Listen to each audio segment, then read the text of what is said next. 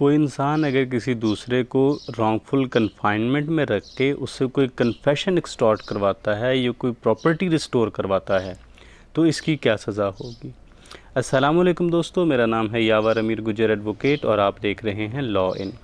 PPC का section 348 इस चीज़ को डिफ़ाइन कर रहा है, wrongful confinement to extort confession. किसी से कन्फेशन कोई एतराफ़ जुर्म करवाने के लिए उसको रॉन्गफुल कन्फाइनमेंट में रखा, और to compel restoration of property, या उसको कंपेल किया कि किसी प्रॉपर्टी को रिस्टोर करे। Whoever wrongfully confines any person for the purpose of extorting from the person confined और any person interested in the person confined. कि कोई भी अगर किसी को रॉन्गफुल कन्फाइनमेंट में रखा है किसी इंसान को, और मकसद क्या है कि जिस शख्स को कैद में रखा है इससे कोई कन्फेशन करवाना है, या जिस इंसान का इसमें कोई इंटरेस्ट है उससे कोई कन्फेशन करवाना है, इस मकसद से रखा है। कन्फाइंड एनी कन्फेशन, अच्छा उससे कोई कन्फेशन करवाना है, और एनी इन्फॉर्मेशन, या कोई उससे मालूमात लेनी है which may lead to the detection of an offence और मिसकंडक्ट, या फिर उससे कुछ मालूमात लेनी है जो किसी ऑफेंस या किसी मिसकंडक्ट के बारे में कोई मालूमात मिल सके, ऐसी कोई मालूमात उससे लेनी है। और for the purpose of constraining the person confined और any person interested in the person confined to restore और टू कॉज द रेस्टोरेशन, या फिर यह है कि जिस पर्सन को कन्फाइनमेंट में रखा है, रॉन्गफुल कन्फाइनमेंट में रखा है,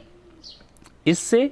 या दूसरा शख्स जिसका इसमें कोई इंटरेस्ट है उससे कोई प्रॉपर्टी रिस्टोर करवानी है, या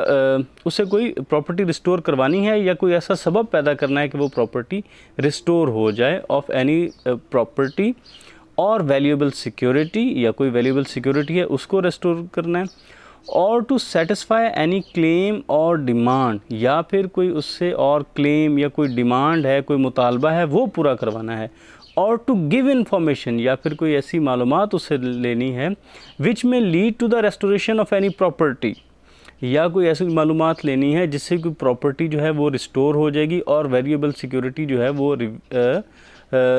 रिस्टोर हो जाएगी। मिसाल के तौर पर उसके पास कोई बैंक अकाउंट पासवर्ड है, कोई चीज़ है, तो वो उसको मजबूर करके उससे वो जो पासवर्ड है वो उससे पूछा जाए, और वो प्रॉपर्टी कोई है जो रिस्टोर करवा दी जाए, कोई मनी के सूरत में है, इस तरह चीज़ें, यानी इस तरह की कोई मालूमात लेके जो इस चीज़ की तरफ लीड कर सकती है कि प्रॉपर्टी की रेस्टोरेशन अमल में आए। अगर कुछ ऐसा उसने किया है रॉन्गफुल कन्फाइनमेंट में रख के, तो फिर क्या होगा, गुम हो गया।